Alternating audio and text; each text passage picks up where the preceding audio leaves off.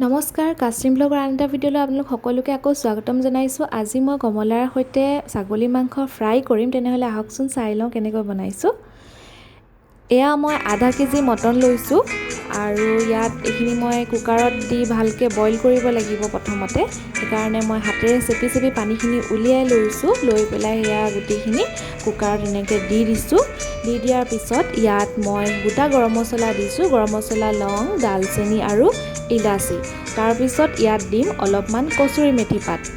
আৰু যিহেতু কমলাৰে বনাম গতিকে এইখিনি বইল কৰোঁতে আমি কমলা দিব লাগিব। এয়া মই ডাঙৰ চাইজৰ দুটা কমলা ফালি দিছোঁ। গুটিখিনি উলিয়াই লৈছোঁ মই। তাৰপিছত ইয়াত আমি আন্দাজমতে নিমখ দিম। বেছি নিমখ নিদিওঁ কাৰণ পাছত আকৌ দৰকাৰ হ'লে আমি নিমখ দিব লাগিব। সেইকাৰণে অলপমান জাষ্ট সিজিবৰ কাৰণে বস্তুখিনি মই নিমখ দি লৈছোঁ। তাৰপিছত ইয়াত এতিয়া পানী দি দিম। পানীখিনি দি ভালদৰে মিলাই ল'ম গোটেইখিনি বস্তু। মিলাই লোৱাৰ পিছত ঢাকনখন মাৰি 7-8টা চিটি অহালৈকে কুকাৰটো গেছৰ ওপৰত দি দিম।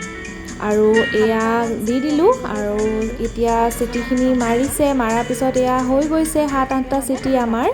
হোৱাৰ পিছতে মই এতিয়া আপোনালোকক ঢাকনখন খুলি দেখুৱাম কেনেকুৱা হৈছে ভিতৰৰ বস্তুখিনি। গতিকে এয়া চাওক, কমলাখিনিও ধুনীয়াকৈ সিজি গৈছে। সিজি ৰসখিনি ছাগলী মাংসলৈ আহি গ'ল।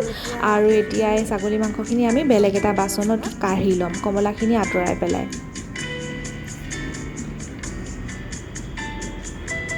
এইফালে এয়া এখন কেৰাহী পাতি লৈছোঁ। ইয়াত মই আন্দাজমতে ইয়াত মিঠাতেল দি লৈছোঁ।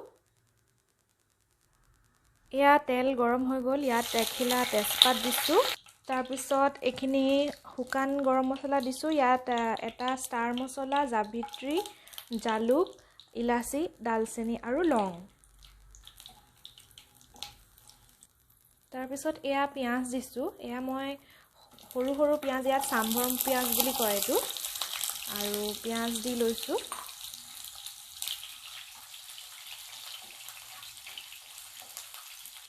এইখিনিৰ লগতে মই এয়া 5টামান শুকান জলকীয়া দি দিছোঁ।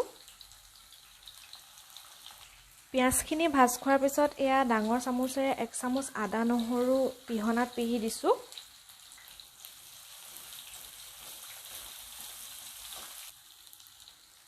আদা নহৰুখিনি ভাজ খোৱাৰ পিছত ইয়াত এয়া দি দিছোঁ নৰসিংহৰ পাত অলপমান।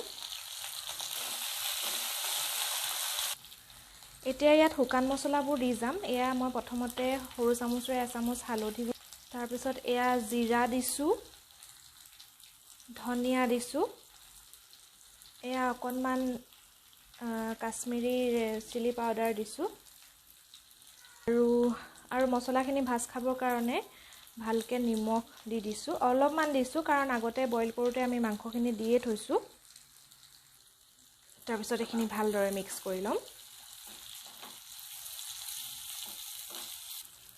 এয়া গোটেইখিনি মছলা ভাজি হৈ গ'ল। এতিয়া আমি ইয়াত যিখিনি মটন বইল কৰি ৰাখিছিলোঁ সেইখিনি দি দিম। তাৰপিছত ইয়াত কাটি ৰখা পিঁয়াজৰ ঠাৰি অলপমান দি দিছোঁ। আৰু এইখিনি এতিয়া ভালকৈ মিলাই ল'ম। মাংসখিনি এতিয়া মছলাখিনিৰ লগত মিলাকৈ আমি ভাজ খাবলৈ দিম মিলি পেলাই। আৰু এতিয়া ইয়াত ঢাকন মাৰি দিম আমি 10 মিনিট সময়ৰ কাৰণে। 10 মিনিট হৈ গ'ল। এতিয়া এইখন ঢাকনখন আঁতৰাই দিম। এয়া মাংস হৈছে আৰু আমাৰ। মাংসখিনি যেতিয়াই ফুটিব তেতিয়াই গম পাব যে এইখিনি হৈ গৈছে। এইখিনি হৈ গ'ল। এতিয়া আমি এইখিনি নমাই খাবলৈ ছাৰ্ভ কৰিম। এয়া ছাগলীৰ মাংসখিনি ৰেডি হৈ গ'ল। আৰু এনেদৰে মই অকণমান সজাই দিছোঁ দেখিবলৈ ভাল লগাকৈ।